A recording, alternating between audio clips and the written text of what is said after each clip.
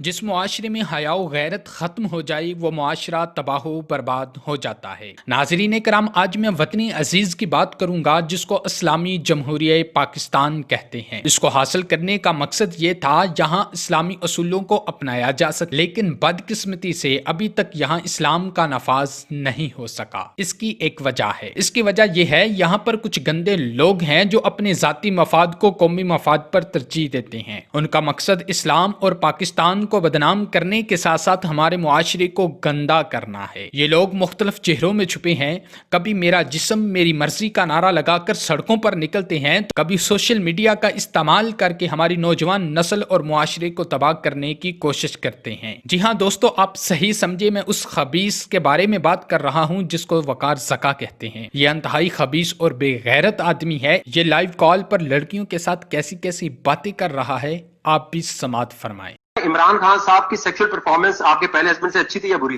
35,000 دے کے لیتا بھی ہے۔ یعنی کہ ایکسرسائز اب وہی مطلب 35,000 روپے لیتا ہے، پھر کیا دیتا ہے؟ کرواتے ہیں نا کی ہوتی ہے 1 گھنٹہ، 1 گھنٹے کی ٹرین میں 1 گھنٹے میں کیا کچھ ہوتا ہے؟ اور کیمرے کے ساتھ کیا کر رہا ہے؟ کیمرے کے ساتھ کیا کر رہا ہے؟ آرام سے پکڑ لے یار۔